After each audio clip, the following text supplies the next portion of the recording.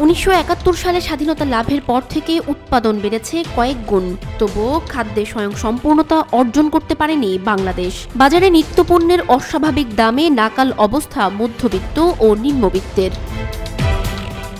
বিশ্লেষকরা বলছেন, একদিকে কৃষিতে আধুনিক প্রযুক্তি পুরোপুরি ব্যবহার শুরু করা যায়নি, অন্যদিকে বাজার চলে গেছে সিন্ডিকেটের কবজায়।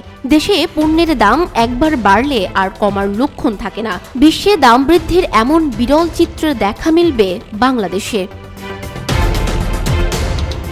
এতে বঞ্চনার শিকার কেবল সাধারণ মানুষ।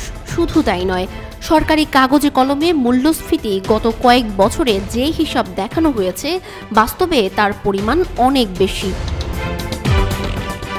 বিভিন্ন পরিসংখ্যান বলছে, স্বাধীনতার পর থেকে দেশের ধানের উৎপাদন বেড়েছে ৩.৫ গুণ, ১০ গুণ বেড়েছে গম উৎপাদন, সবজি ও মাছের উৎপাদন বেড়েছে ৪ থেকে ৭ গুণ। তারপরও কেন খাদ্যে স্বয়ংসম্পূর্ণতা অর্জন করতে পারছে না বাংলাদেশ?